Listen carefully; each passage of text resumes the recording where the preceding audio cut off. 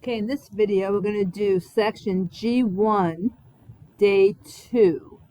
Okay, so we're going to do combinations and selecting groups, recognizing that order does not matter. Okay, so consider the following scenarios. 3 students are selected from the class to receive $5. If you have that, order does not matter. So that's considered a combination. Okay, so this is a combination because order doesn't matter. As long as you are selected, you receive the money. So order does not matter. Okay, if instead 3 students are selected, the first one chosen gets $10, the second $8, and the third $6. Order does matter, so that's going to be a permutation. Okay, I assume that you would always want to be one of the 3 chosen, but assuming that you were chosen, would you care what order you were chosen in the first scenario? Of course not, because you're still going to get $5. But in the second scenario, order does matter, so therefore that's a permutation. So order matters here. Okay, so now consider the following. 3 people are selected to be on a committee. Okay, the first person chosen. Okay, the second you see that kind of wording, I want you to think permutation. The first person chosen is the president, the second is the vice president, and the third is the treasurer. Now assume that there are no assigned roles and you simply are chosen. What's the difference? Okay, if there are assigned roles, so I would say assigned roles, that will always be a permutation.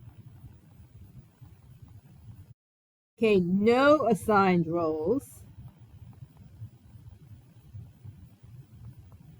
that will always be just a combination. In terms of what it looks like in the calculator, this is NPR and this is NCR. Okay, so what are the N's and the R's? Okay, the N is the total in the sample. And then I'll tell you the R is the chosen. Whether it's chosen as a permutation where order matters or a combination where order does not matter, that's how you define the R. Okay? Okay, now, there is a fancy formula for combination. I also, did I have a fancy formula for permutation? Yes, and I kind of blew over it. This is the fancy formula. You can use that, but we're going to be using our calculator. So therefore, you do not need to memorize these formulas. A combination will end up being less a number, a fewer a number than a permutation. And why? Because if you compare the 2 formulas, the difference is that in combinations, you divide also by the R factorial. That makes your bottom number bigger, which makes your overall number smaller. Okay? So you don't need to memorize the formulas. We're going to have you use your calculator, and you're going to use the NPR and the NCR. Okay, how do you write this? In your calculator, it's going to appear as 7C4. This will appear as 5C3. Again, you have to use your calculator. If you put it in your calculator, this is going to be 35. This will be 10. When I have a combination, instead of using the word place that I used when I had a permutation, I use the word choose. So this is 7, choose 4, 5, choose 3, and order does not matter. Okay, order does not matter. Okay, you can answer any 3 questions from a total of 4 questions on an exam. In how many different ways can you select the questions? Did they say that you had to have it in a certain order?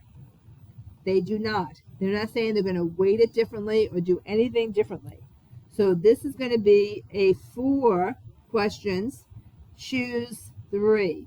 Notice your N is always bigger than your R. What if you were selecting 12 or 14 questions? 14 questions, choose 12. Again, your N and your R. N is always greater than your R. Okay, example 2. In how many ways can a committee of 3, okay, so a committee, they have no assigned roles. They're just going to be in a group that's working on some topic. How many ways can a committee of 3 be chosen from a group of 12 faculty members? You can say 12, choose 3. Okay, if that committee, supposedly, is not really a committee, but is really a department chair, a curriculum chair, and a technology chair, they have specific roles, and therefore that's going to be a 12 place 3. Okay, so committees are always going to be combinations, whereas when you have titles to positions, that will always be a permutation. Okay, so how can I remember this? Permutation, position, priority, placement, versus combination, committee, and just a collection. Okay, so let's look at these and let's see what applies. Okay, being on a team, that's a combination. Being in a group where each member has a specific title, that's your tip-off, that's a permutation. Being part of a group of 20 ticket holders selected to sit in the club seats at a baseball game. Okay, let's think about this. As long as you're selected, you get to sit in the club seats. The order in which you're selected does not change the fact that you get to be in the club seats. For that reason, the order doesn't matter, and it's a combination. Being part of a group of 10 selected to receive prizes of different, okay, that's the key, dollars amounts. That's going to be a permutation. All right, that's what makes it different. Okay, and that's the end of this video. So you have focusing on combinations here, just combinations, and focusing on permutations up here. So we are done.